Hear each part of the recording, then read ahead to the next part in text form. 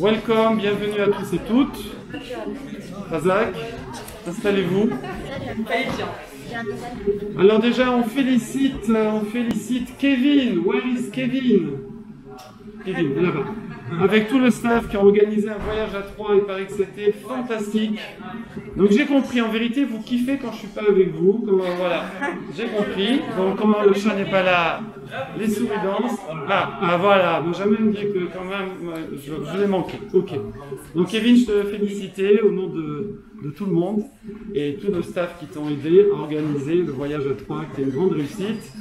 Donc voilà, maintenant on pourra en faire d'autres. Ensuite, on était à Montpellier, donc il y a eu des jeunes un peu partout, Paris, Lyon, etc. C'était très sympa, c'est une très belle ville, je vous la conseille. Je l'ai classée dans le top 1, top 10. C'est la plus belle ville que j'ai jamais vue. La plus belle ville, avec Annecy, Montpellier. Voilà. Je suis désolé pour Paris, passez en top 2. Ensuite, il y a le trekking. On part Bezrat Hashem mardi, pour un truc de ouf, à 30 km par jour, pendant 4 jours. Ils ne savent pas ce qu'ils vont faire, ils ne savent pas où ils vont. Non, ben, on va prendre quand même 2 vélos avec nous pour se relier, pour pouvoir récupérer, ne vous inquiétez pas. C'est complet, c'est full. Donc ouf, heureusement c'est complet, voilà, ne vous inquiétez pas.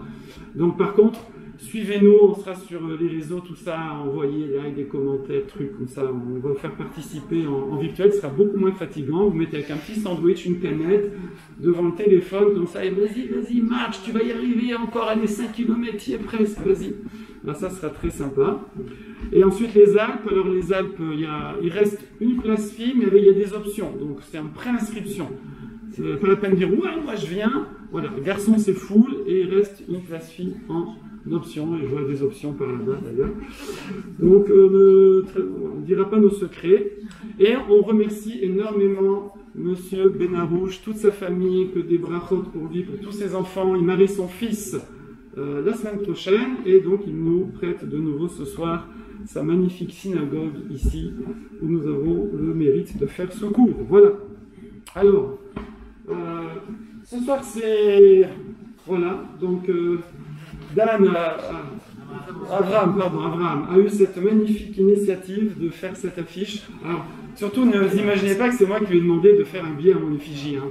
Je pense que tout le monde connaît mon humilité extraordinaire, donc c'est pas mon genre de demander de faire des billets à mon effigie, mais c'est vrai que c'est un kiff, je vous conseille, c'est un kiff, c'est vrai que malgré mon anava, mon humilité, c'est vrai que ça me fait quelque chose, donc il faut faire gaffe, il faut travailler. Hein. En tout cas, voilà, il y aura des récompenses à la fin, donc c'est des bons d'achat, donc après vous demandez à Abraham pour avoir les 100 € vrais, hein. Abraham, tu te débrouilles, hein. Tu as ta caisse, voilà. Voilà. Et donc, pourquoi ce sujet? Parce que c'est les bons côtés de la matérialité. Forcément, si on... Ah non, mais t'es devant. C'est bien, là? Et bon, mais je vais le garder devant, moi. Hein. Pas grave, ok. Donc, si on parle des bons côtés de la matérialité, c'est qu'il y a peut-être des moins bons côtés, pour parler toujours en positif. D'accord? Et une fois n'est pas coutume, je crois que c'est la première fois de ma vie que je dis cette phrase, voilà, elle est dite 2 fois, une fois n'est pas coutume. Je vais commencer par des petites histoires. C'est pas mon genre, hein, l'histoire, voilà. Bon, c'est l'histoire d'Agmara, hein, je sais, vous n'allez pas rigoler, mais c'est quand même des histoires. Alors, la première histoire, c'est une fois un chacham, un sage, a approché de Rabbi Yoshua ben Levi. Et il lui a posé une question comme ça. Il lui a dit Bema kotzrim aruga shel sakinim. Bema kotzrim aruga shel sakinim. Avec l'accent. Les Israéliens, vous avez compris. Avec quoi on récolte, genre, vous savez, avec la faucille, là, on coupe le blé, on fauche le blé, vous voyez, moissonner. Avec quoi on moissonne les aruga? Une aruga, c'est une bande, c'est un plat de bande de couteau. Sakin, ça tout le monde connaît. Marocco sakin, oui.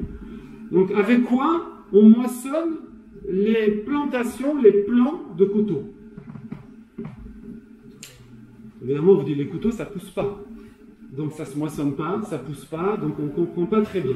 C'est le but, c'est le but.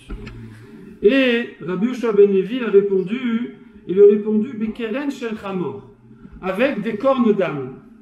Tu prends un âne, tu lui prends ses cornes, chou, comme ça, et avec les cornes d'âne, tu moissonnes les champs de couteaux. Ah, il a complètement craqué, là. Il a fumé la moquette, il a complètement... C'est pas moi, c'est la Torah orale qui raconte une histoire comme ça. Alors, et donc il a répondu ça, Rabbi Yoshua ben Levi. Et donc le sage a entendu la réponse, a dit merci beaucoup, il était très satisfait de la réponse. Vous l'avez pas l'air, vous n'avez pas l'air satisfait. Ne repartez pas, restez, attendez, on va expliquer. Donc, il était très satisfait et il est parti. Alors les élèves de Rabbi Yoshua ben Levi, ils étaient comme vous. Et moi aussi, avant que je lise la réponse. Et ils ont dit, Rav, on n'a rien compris là. C'est quoi cette histoire? Les couteaux, ça pousse pas, ça se récolte pas, les ânes, ils n'ont pas de cornes, ça coupe pas, enfin bref. On est complètement, voilà, on est à l'ouest là, voilà. Et donc lui, il leur a expliqué. Ah, mais la suspense. Regarde ça pour tout à l'heure. Ensuite, c'est un peu la même histoire. C'est un peu la même histoire avec Rabbi Yoshua ben Hanania. D'accord? Ou c'est un peu la même question, mais là, c'est pas avec un sage, c'est avec les philosophes grecs. C'est les philosophes grecs de l'époque qui ont demandé à Rabbi Yoshua ben Hanania, c'est presque le même, Rabbi Yoshua ben Levi, et ils ont demandé, alors là-bas c'est en araméen, avec quoi est-ce que on récolte les aruga shel sakina? Et donc, pareil. Et il a répondu, Bekarna de Khamra. Non, c'est en araméen, c'est pareil. Keren de Khamor, Karna de Khamra, avec des cornes de Khamra. Bon, c'est un peu la même histoire, juste que c'est d'autres intervenants au niveau du dialogue. Voilà. C'est bien, ça va? J'aime bien ce silence comme ça. La troisième histoire, ça c'est la dernière. Je vous avais dit que vous n'avez pas rigolé, hein, les histoires. Normalement, c'est là qu'on rigole. Bon, ouais. La troisième histoire, c'est une histoire aussi dans la Gemara. Et là-bas, la Gemara, elle ramène Rav Chizda. Rav Chizda, alors là c'est presque rigolo si on visualise un petit peu. C'est qu'en fait, Rav Chizda, voilà, donc c'est un grand sage, un Amora à l'époque de la Gemara. Et c'est un grand sadique et tout. Et voilà, maintenant, il a un certain âge. Et on ne peut pas rester indéfiniment sur Terre, d'accord? Et donc le Malach Hamavet, l'ange de la mort, vient pour le chercher, pour le ramener à la maison, quoi. Oui. Et donc le Malach Hamavet vient, et Rav Chizda lui dit, je suis désolé, mais non, moi je ne meurs pas aujourd'hui. Bon, alors le Malach Hamavet, il peut pas repartir, il attend, mais impossible de prendre l'âme de Rav Chizda. Pourquoi impossible? Parce qu'il n'arrête pas d'étudier, Rav Chizda. Il n'arrête pas d'étudier. Et comme on dit, celui qui prend le joug de la Torah, on lui enlève les autres jougs, les autres poids comme ça, du DRRS, on dit, de la parnassa, de plein de choses, et même de la mort. Ça veut dire qu'il peut se libérer de la mort, mais il faut étudier tout le temps, d'accord? Il y a une histoire comme ça avec le roi David, vous connaissez, voilà, bon, je ne vais pas la raconter, sinon ça ferait trop d'histoire. Mais donc là-bas, l'ange de la mort, il a dû faire une grosse ruse pour arriver à ce que le roi David arrête d'étudier un instant et pour pouvoir le prendre, oui. Mais là, avec Rav Chizda, walou, ça marchait pas. Ça marchait pas. Alors le problème, qu'on aurait pu d'ailleurs demander sur le roi David aussi, c'est que, et le Chafetz Chaim, il pose la question que vous vous posez peut-être, c'est de dire, mais on ne peut pas étudier tout le temps. Il y a un moment, il faut manger. Alors vous allez dire, on peut étudier en mangeant. Ok.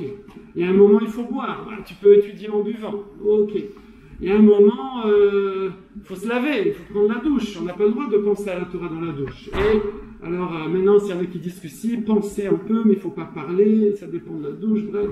Mais à un moment, les toilettes, là, c'est pas possible. Dans les toilettes, on ne peut plus penser à la Torah. On n'a même pas le droit de penser à la Torah.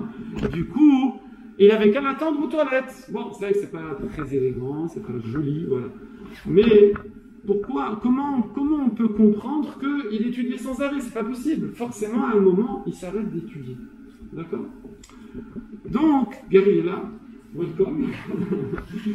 Alors, donc ici, voilà, on va résumer, disons, on a une histoire. Première histoire. Soit avec un sage dont on ne connaît pas le nom, soit ce sont les sages grecs qui posent la question à Rabbi Yoshua et qui demandent avec quoi, quand on a les couteaux qui poussent comme ça, comme des champs de blé, avec quoi on les récolte? Avec des cornes d'âne. Voilà, ça c'est la première histoire. Et la deuxième histoire, on voit que Rav Chizda, l'ange de la mort n'arrivait pas à le prendre parce qu'il étudiait tout le temps, mais il y a bien un moment où il est obligé de s'arrêter pour les besoins physiques naturels. Voilà. Alors pour répondre à ça, et en répondant à ça, on va comprendre comment nos sages nous parlent du bon côté de la matérialité. Alors déjà, le bon côté de la matérialité, nous en fait, on en est une représentation. Nous, là, comme ça, devant. Oui. Pourquoi? Vous savez, quand on dit à Asher Yatzar, on dit Umafli La'asot. À la fin de la bracha, après les toilettes, il y a une bracha extraordinaire que je vous conseille de voir ceux qui ne la connaissent pas ou qui connaissent par cœur, mais il faut voir la traduction, où c'est une reconnaissance. À chaque fois qu'on sort des toilettes, on remercie Hachem pour le fait que ça tourne, d'accord? Ça tourne, ça fonctionne, et on a des trous, des tuyaux, des machins, et ça se bouge pas là où il faut que ça se bouge, et ça s'ouvre bien là où il faut que ça s'ouvre, etc., et ça tourne bien. Et donc, à la fin, on dit, on mafli la sorte, et Akadosh Baruch Hu, il fait des merveilles incroyables. Il fait des miracles, si on peut dire, de notre physiologie, oui. Mais alors, on pourrait voir ça simplement, ben, c'est le miracle de la vie, de tout ce qui tourne, les globules blancs, les globules rouges, les mitochondries, tous les vaisseaux sanguins, tout ce qu'on voulait, l'oxygène, les poumons, les trucs, etc., etc. Mais nos sages nous disent, ou mafli la sotte, la carte bleue. Et oui, le bon côté du matériel. Quelqu'un a une carte bleue? Toi, vas-y, tiens, regarde à moi.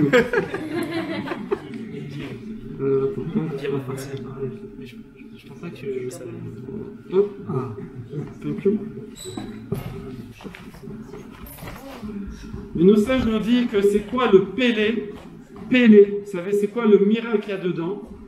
C'est le fait qu'Akadosh Baruch Hu a fait un mix, a fait une compile de deux choses qui sont normalement incompatibles. D'accord? Il a fait une compile de la chose la plus matérielle qui soit, nous, le corps, le gouffre, et la chose qui soit le plus spirituelle qui soit, l'âme, la neshama. Et la missa shting, d'accord? Alors évidemment, c'est beaucoup plus complexe, on ne va pas détailler, mais il faut savoir que les neshamot, on appelle toutes les neshamot élionotes supérieures, la partie supérieure de notre neshama, qui n'est pas là, qui n'est pas dans le corps, oui? C'est ce qu'on appelle Kisei HaKavod, c'est le trône céleste, d'accord? Donc ça reste dans le monde spirituel, mais après il y a tout un enchaînement de niveaux d'âme, je ne vais pas reprendre, on en a déjà parlé, et il y a une partie de l'âme qui est dans le corps. Même si c'est qu'une petite partie, c'est gentil, même si c'est qu'une petite partie de l'âme, c'est déjà un miracle qu'on puisse faire résider une partie de l'âme dans le corps. En fait, on la compare comme au pied dans la chaussure. Vous voyez, la chaussure, c'est notre corps, et le pied, c'est la partie de l'être humain, mais vous voyez que l'essentiel, il n'est pas dans la chaussure. Mais nous, c'est un peu pareil. La partie de l'âme qui est dans notre corps, c'est comme le pied dans une chaussure. Vous avez compris l'image, oui? Et donc ça, c'est vraiment, ça c'est quelque chose de miraculeux. C'est miraculeux parce que normalement, c'est antagoniste, c'est pas compatible, oui? C'est un miracle incroyable. Maintenant, pourquoi Kadosh Baruch Hu, il a fait ça? Hachem, tout ce qu'il fait, forcément, il n'y a pas d'erreur, forcément c'est pour le bien. Hachem, il est tov ou métiv. Donc si Hachem a fait ça, c'est parce qu'il y a une utilité à confronter, si on peut dire, ce qu'on va appeler le monde matériel, et donc le corps, et le monde spirituel qui est représenté par la partie de l'âme qui va devoir vivre dans ce corps-là. Oui. Et évidemment, ça vous le savez, le but c'est quoi? C'est que l'âme essaye d'élever toute la matérialité du corps vers le spirituel, et évidemment le corps, lui, il tire vers le bas, vers les sushis, les cheeseburgers, les trucs, je sais pas quoi, ce que vous voulez, pizza, je sais pas quoi. Non, c'est le nom d'une pizza. Et donc, il va, voilà, c'est comme ça, le corps, lui, va tirer vers des choses qui sont pas constructives à long terme, oui, même à moyen, même des fois pas à court terme d'ailleurs.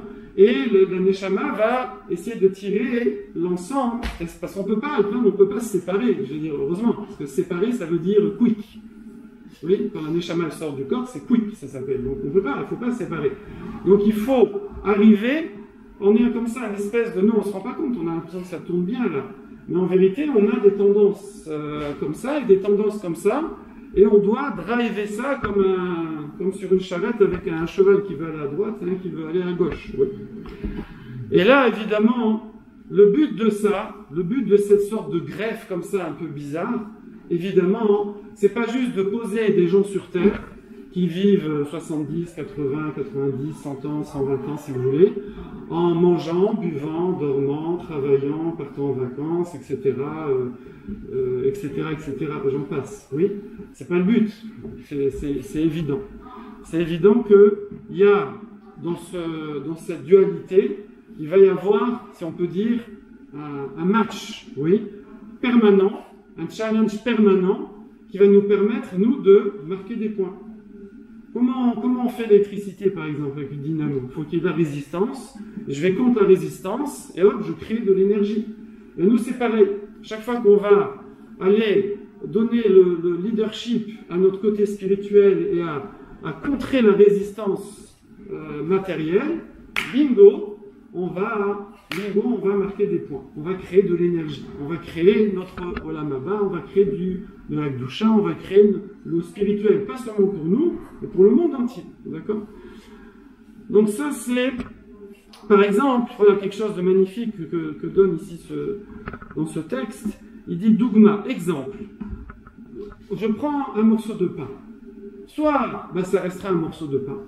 Voilà. C'est du pain, c'est du pain, voilà.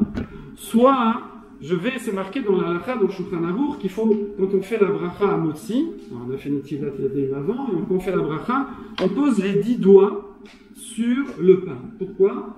Ça représente les 10 interdits ou mitzvot qui sont liés à la fabrication du pain.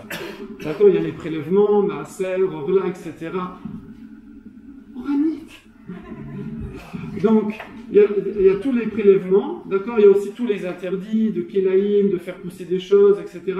Donc, il y a un certain nombre d'interdits liés à l'agriculture, à la fabrication, à la production du blé, si je puis dire. Il y a un certain nombre de mitzvot également à faire, les CPA, le coin du champ, une partie pour les pauvres, les quêtes, shikha, etc. Et donc, il y a 10 mitzvot, des positifs, des négatifs. Et donc, moi, quand je mets mes mains sur le pain comme ça, eh bien, ça me permet de me rappeler que ce pain-là, pour qu'il arrive dans ma main, à part tout le travail que ça représente, eh bien, il y a 10 mitzvot qui ont été accomplis, de façon générale comme ça. Il y a ça, et également les 10 mots du pasouk, Ene kol elecha yesaberu. Où est-ce qu'il est ce pasouk? Les yeux de tous, et saberu ve etna ve ata noten lahem et ochlam beito. Et moi je leur donne mon pain, leur pain en leur temps. C'est dans le Ashri Oshve Utera qu'on fait 2 fois le matin, 1 fois l'après-midi. Eh bien, il y a 10 mots dans ce verset. Et donc, quand quelqu'un, il va comme ça faire un motzi et mettre ses 10 doigts dessus, pas par hasard qu'on a dit, bon, on ne va pas trop développer, eh bien, il réalise tout ça. Il réalise le lien qu'il y a avec les mitzvot, avec ce verset qui nous dit que c'est Akadosh Baruch Hu qui nous nourrit. Et donc, ce pain-là, de matériel, il devient un objet spirituel. Ça devient comme des tefilines, si vous voulez, pour dire simplement. Ça devient quelque chose de spirituel. Quand quelqu'un, sur des aliments qui pourraient rester bassement matériels, entre guillemets, il fait une bracha dessus, et que c'est cachère, et qu'on a respecté toutes les lois de production, de consommation et tout, eh bien, il est en train de faire, ça se transforme en mitzvah. Donc là, on commence déjà à toucher du doigt, pas mal. On commence à toucher du doigt cette explication, c'est quoi le bon côté de la matérialité. Alors on va pousser encore un petit peu plus loin. Où est-ce que c'est? Ici, ouais. Et on va aller justement, on commence à répondre aux questions des histoires, pour aller un petit peu plus profond. Quand le Chafetz Chaim, il a demandé, je comprends pas, mais l'ange de la mort, il y a bien un moment où on peut l'attraper, Rav Frisda, un moment où il est obligé de faire des choses indispensables pour le corps. Et là-dessus, le Chafetz Chaim, il répond quelque chose d'extraordinaire, je vais vous le dire un petit peu dans les mots. Il dit, Adam, un homme, au Peulot, quand quelqu'un il fait des actions de la vie de tous les jours. D'accord? Il mange, il boit, il dort, il travaille, il fait des études, il fait tout ce que vous voulez, il marche, voilà. Eh bien, ainsi, donc c'est des choses qu'on appelle gashmim. Alors, ouais, on va juste faire une petite parenthèse. Matérialité, en hébreu, on dit gashmiut, d'accord? Ou chomriut. Chomer, même racine que chamor, l'âme, attention, retenez ça. Gashmiut, geshem, même racine que la pluie, geshem, geshem, ouais. Parce que la pluie, c'est la matérialité, pas de pluie, pas de récolte, guerre, famine, peste, etc. C'est la fin des haricots. Donc, gashmiut, c'est la matérialité. Ruach, c'est le souffle, c'est ce qu'il y a de moins, ouais, on peut pas le, ouais. C'est la spiritualité. Ruchani, ça veut dire spirituel. Gashmi, ça veut dire matériel. Si vous entendez quelqu'un, c'est pas joli, il ne faut pas dire ça, vous entendez quelqu'un derrière vous et dit, puisqu'il est gashmi celui-là, c'est pas bon. Il est très matérialiste, c'est carte bleue, ça s'appelle. Ouais. Si par exemple vous entendez quelqu'un qui dit, ah il est très rouhani, ah, ça c'est bon. C'est pas qu'il a du souffle, oui, c'est qu'il est très spirituel. Voilà. Et donc le Chafetz Chaim, il dit que nous on a tendance à croire, et il y a beaucoup, le Rambam il parle de ça, il y a beaucoup de sages, de grands rabbanim qui parlent de ça. On a tendance à faire une dichotomie, tout le monde sait ce que c'est, dichotomie. Donc à classer toutes les actions de notre vie en deux catégories. La catégorie des mitzvot, filin, simot, mezouza, tzitzit, fila, manger kasher, etc., Shabbat et tout. Et la catégorie des profanes. D'accord? Manger, boire, travailler, dormir, faire des études, etc. Alors justement, le Chafetz Chaim, il dit qu'on apprend de cette histoire que pourquoi Rav Frisda s'était considéré comme si il étudiait tout le temps, alors que forcément il y a des moments où il était obligé de s'arrêter. Il n'y a rien à manger dans les cartons, c'est pas la peine de regarder. Donc, pourquoi est-ce que le malade Amavet, il ne pouvait pas le prendre parce que c'est considéré comme s'il étudiait tout le temps? Parce que tout ce qu'il faisait de matériel, c'était pour le spirituel. Alors dans les mots du Chafetz Chaim, c'est comme ça. Il dit, si tout est bishvil, tout est pour, et également c'est nigrar, ça veut dire ça s'enchaîne, d'accord? Et tout est tafel, ça veut dire accessoire. C'est-à-dire si quelqu'un, alors évidemment on n'attend pas de Rafriza, c'est Rafriza, il fait ça à 100%, donc il fait ça à 100%, c'est exceptionnel, il n'y a pas des histoires comme ça, même dans la Gemara, il n'y en a pas plein comme ça, hein. C'est pas tout le monde, même à cette époque-là, d'accord, qui arrivait à 100%. Mais si quelqu'un, en théorie comme ça, il arrive à 100% que tout ce qu'il fait dans sa vie matérielle, c'est pour le spirituel, il dort pour avoir des forces pour étudier, il mange pour avoir des forces, tout ce qu'il fait c'est pour ça, alors c'est considéré comme si il étudiait tout le temps. Tout ce qu'il fait de matériel est considéré comme spirituel. D'accord? Alors nous, même si on n'est pas à 100%, mais on peut gratter. Plus quelqu'un, il va vivre sa vie matérielle, d'accord, au service de sa vie spirituelle, chacun à son niveau, et petit à petit on essaie d'augmenter, et bien plus cette personne, déjà elle va vivre différemment évidemment, d'accord, mais plus cette personne, elle va non seulement, comme on a dit au début, construire, c'est-à-dire faire l'utilité de ce mélange entre le corps et l'âme, d'accord, qui normalement ça ne va pas ensemble, et c'est ce challenge, c'est cette résistance-là, on a dit, qui crée, comme la dynamo, l'énergie, c'est ça qui crée la Gdusha, qui crée le spirituel, qui crée notre Olam Haba, d'accord, et pas seulement le nôtre, mais la finalité de la création, et bien ça, plus quelqu'un, il va gagner des pourcentages en faisant sa vie matérielle au service spirituel, plus il va produire, si je peux dire.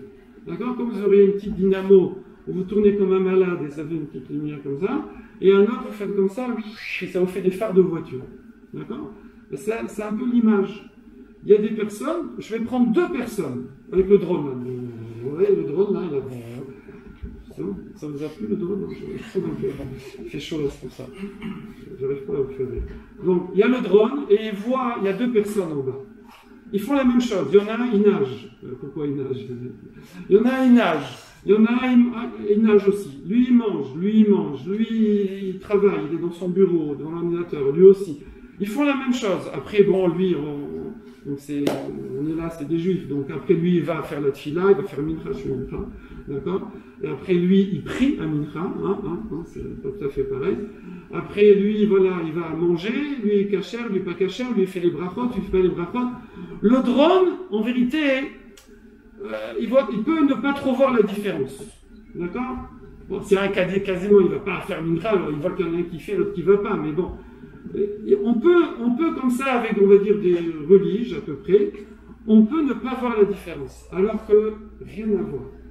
Il y en a un, il produit la petite flamme, comme ça, une petite lumière, et il y en a un, c'est des phares de voiture.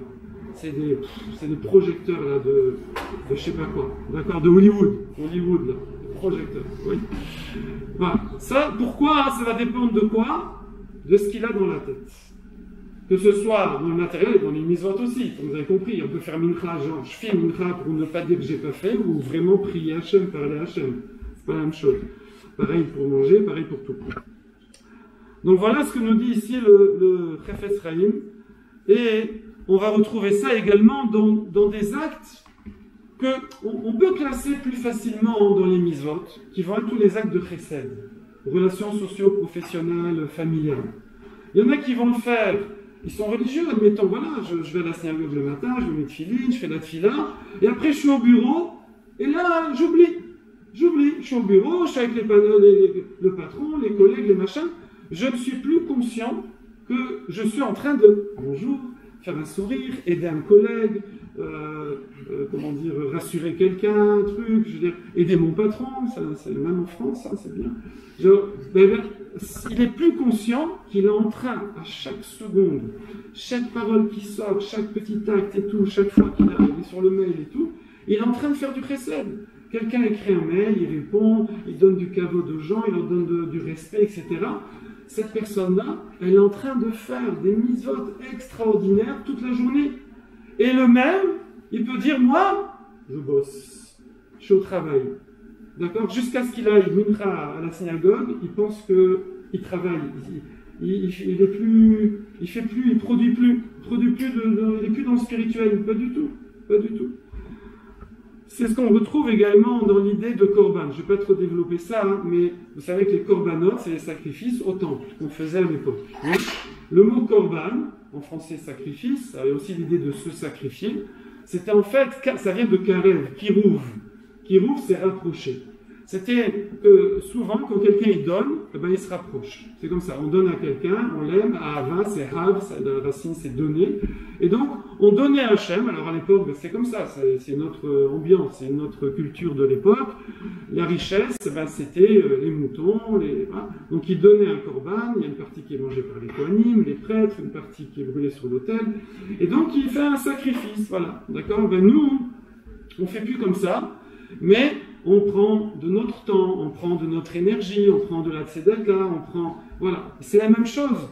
Et si quelqu'un, alors c'est ça qui est incroyable, c'est que si quelqu'un, dans sa vie, pour ses besoins matériels, physiques, physiologiques, socio-professionnels, en vérité, il a l'intention que, même quand il est en train de prendre, genre qu'il est en train de manger ou de dormir, mais que c'est pour donner à Hachem, à sa famille, à ses amis, à ses collègues et tout, ben ça s'appelle qu'il donne. Ça s'appelle qu'il se rapproche aussi d'Akadosh Baruch Hu. D'accord?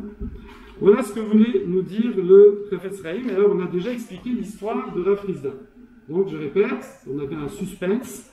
Pourquoi Rav Frisda, l'ange de la mort, il ne peut pas à un moment l'attraper. Il ne peut pas l'attraper parce que lui, il est arrivé à ce niveau incroyable que 100% de ce qu'il fait de matériel, c'est pour le spirituel. D'accord? Bon, nous, on essaie de gratter un peu. Alors, il nous reste pour terminer les histoires de couteaux.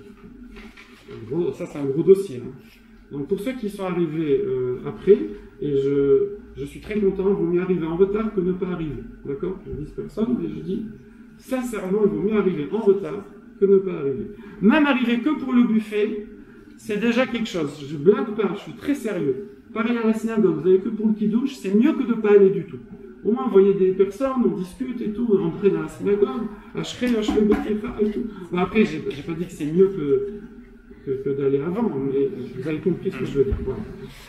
Donc, on était sur un gros dossier, c'est qu'on a des dialogues entre les sages grecs, pour un sage, et Rabbi Yoshua, Ben Levi, Ben Hanania, de savoir c'est quoi une histoire qui a des champs de blé. Vous imaginez des champs de blé, mais c'est pas du blé, c'est des couteaux. Ouais. Et on arrive, avec quoi on récolte ça? Avec des cornes de d'âne. D'accord. Alors le Maharal de Prague, il explique ça, il va Moshe Shapira. Alors il y a 15 pages, hein, donc je vais vous résumer parce que là sinon on a pour la nuit.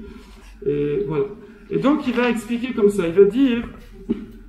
Alors on va se baser sur les philosophes grecs, lui il explique Rav Shapira, ça il explique les philosophes grecs.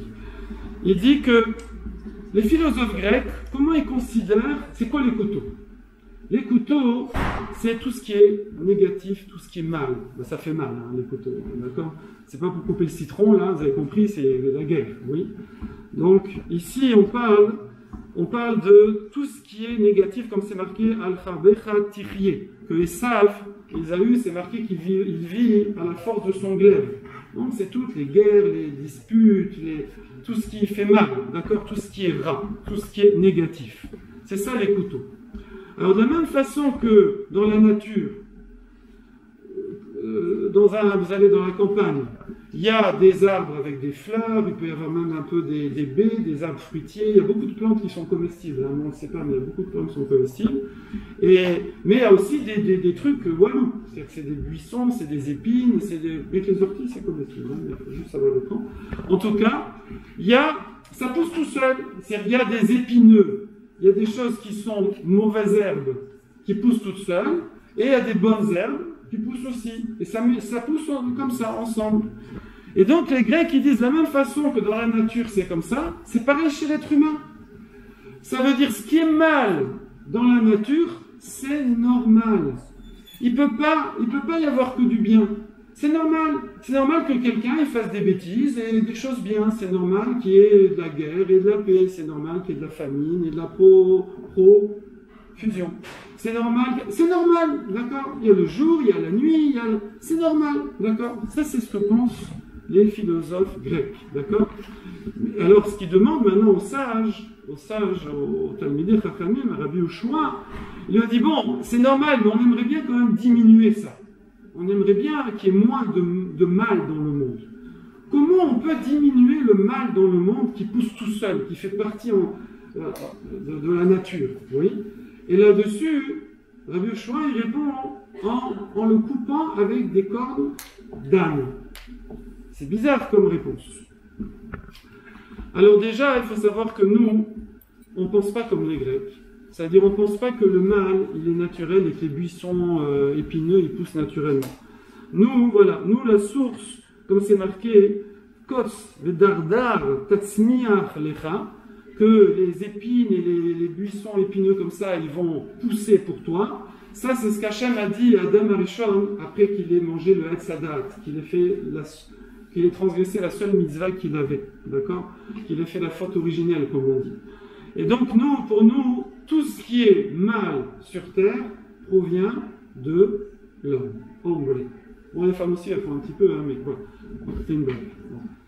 Donc, ça provient de l'être humain. Tout ce qui est mal provient de l'être humain. Akadosh Baruch Hu ne fait que du tov, il ne fait pas de rat.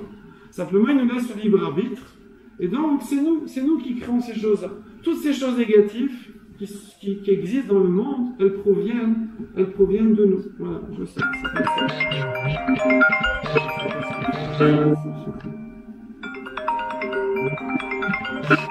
C'est mon gendre qui m'appelle pour les shabrachot. Je fais juste comme ça. Oui, Shimon? Oui? Allô? Ça va? Oui? Bientôt. À tout à l'heure. À tout de suite. Je vais crier. Alors voilà. J'ai fini, j'ai presque fini. Je vous laisse avec le buffet. Shem Shamaim, les bras forts, bien et tout, c'est tout caché et tout, pour avoir des forces pour étudier et tout. Alors, voilà, donc nous on pense que c'est pas comme ça. Il n'y a rien de naturel dans le mal. Il pourrait ne pas y avoir de mal. Tout le mal, il provient uniquement de nous. Alors maintenant, c'est quoi cette histoire? Bon, ça, vous le savez déjà. Maintenant, c'est quoi... Mais bon, il faut s'en convaincre régulièrement. Mais c'est quoi cette histoire maintenant de cornes d'âne? Oui, extraordinaire. L'âne, chamor, c'est la même racine que romain. C'est la matérialité. Ça, c'est ma femme. Oui, chérie, j'arrive. Oui. Ah non, pas sur le truc de fond, des fonds, là. Non. Ah non, là, c'est... Non. Faut se pousser. Même le soir, non, je pense pas les trucs de fond, là, pour les banques, là. Non, c'est pas bon. Non. Un petit peu plus loin, oui. J'arrive dans 5-10 minutes. Je suis à la signale, un peu plus loin. Non, je peux pas garer là, j'arrive dans 10 minutes. C'est comme ça, 10 minutes. Fort de fond, c'est pas uniquement une livraison avec les... 26. Excusez-moi. Allez. Bisous, ma chérie. On dit chérie. Ok, alors, j'ai fini. C'est en direct, hein. Vous participez au Shabrakot, comme ça. Le Tacham est de Karov chez vous, des mariages avec votre zivou, des Tacham. Les Karov. Alors, c'est quoi hein, les cornes? Les cornes Keren, en fait, Keren, c'est l'essentiel. C'est l'importance, c'est la chashiv. Et le Chamor, l'âne, c'est la matérialité. Je ne vais pas expliquer pourquoi l'âne, c'est la matérialité, parce que sinon, je vais avoir des problèmes. On en parle, d'accord? Vous acceptez comme ça, voilà. Et du coup, c'est de donner justement à la matérialité sa vraie importance. C'est ça qui va enlever le mal. Comment on coupe les couteaux, comment on enlève, on diminue le mal en donnant à la matérialité sa vraie importance qui est d'être au service de la spiritualité. C'est extraordinaire. Je le refais, on le refait, voilà. C'est que le couteau, ça représente tout ce qui est négatif, toutes les forces négatives, le mal, les guerres, les choses comme ça. Tout ça, ça provient de quoi? Ça provient de nos fautes, oui, de toutes nos déviations. Et comment on peut corriger ces déviations? Alors on pourrait dire, mais dit direct, en faisant Torah et Mitzvot, je veux dire en étant religieux, oui. C'est plus global que ça. C'est de type, parce que nous, bien sûr qu'on fait la Torah et les Mitzvot et tout, chacun à son niveau, mais on est des bassaradins, on est de chair et de sang. Et donc l'essentiel du travail, c'est grâce évidemment à la Torah ou Mitzvot, de transformer toute notre vie matérielle, essayer de gratter comme on a dit, d'utiliser notre vie matérielle pour le spirituel. Et là, à ce moment-là, hein, c'est ça qui diminue la force. Et c'est ça qui diminue le mal dans le monde. Et c'est ça qui est représenté par les cornes de l'âne. Ça veut dire que l'âne représente la matérialité, et les cornes, c'est lui donner son importance. Comme qu'un animal a des cornes, il est important. Tu as déjà vu un cerf avec des belles cornes comme ça, des bois, on appelle ça, magnifique. Et quand le pauvre, les bois ils sont coupés, là, je sais pas quand c'est, en hiver, en été, je sais pas où, en été, je crois, vous voyez ratiboisé comme ça, il est skin, je veux dire, il paye plus de mine, oui. Donc les cornes comme ça, un taureau comme ça, vous voyez ses cornes, c'est sa fierté. C'est de donner l'importance à la matérialité. C'est quoi sa importance? C'est donner sa vraie place. La vraie place de la matérialité, c'est quoi? C'est qu'elle doit être à notre service. Et non pas nous, au service de la matérialité. C'est-à-dire, en ça, c'est qui le boss? C'est-à-dire, on va résumer en une phrase. Le mal provient des fautes, du fait qu'on se laisse tirer par le bout du nez du matériel. Mais, si on prend, nous, le matériel par le bout du nez et qu'on l'utilise pour le spirituel, on renverse la route. J'ai résumé le coup. C'est bien? Hachem, Chazak, à vous. Hachem, vous. Alors, je laisse Abraham distribuer les bons d'achat. Alors, ils vont croire en ligne. C'est bon d'achat, hein. Il va y avoir du monde la semaine prochaine. Ah oui, sondage. La semaine prochaine, qui c'est qui est encore là? Levez la main. C'est bon, alors on peut faire court. On va essayer de faire dans